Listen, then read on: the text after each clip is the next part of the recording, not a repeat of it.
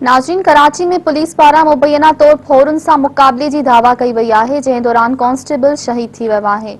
इन हवाले सां वाक़े बाबति तफ़सील ॾियण लाइ असां सां गॾु टेलीफोन लाइन ते मौजूद आहे कमर मेमण। जी कमर, पुलिस पारां मुक़ाबले जी दावा कई वई आहे, हिन बाबति अव्हां वटि कहिड़ा तफ़सील आहिनि?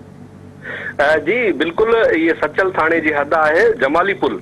इन जे भरिसां जेको आहे पुलिस मुक़ाबलो थियो आहे ऐं उन में 51 वरनि जो कांस्टेबल आहे शबीर अहमद शाह जेको शहीद थी वियो आहे। पुलिस मूजिब शहरियुनि खां फुर जे इतला ते कांस्टेबल शबीर अहमद शाह पंहिंजे साथी कांस्टेबल सां गॾु वाक़े वारे हंधि पहुतो त फौरन मथनि फायरिंग करे ॾिनी। फायरिंग जे ॾे वठ में जेको आहे गोलियूं लॻण सबबि कांस्टेबल शबीर अहमद शाह जेको आहे शहीद थी वियो।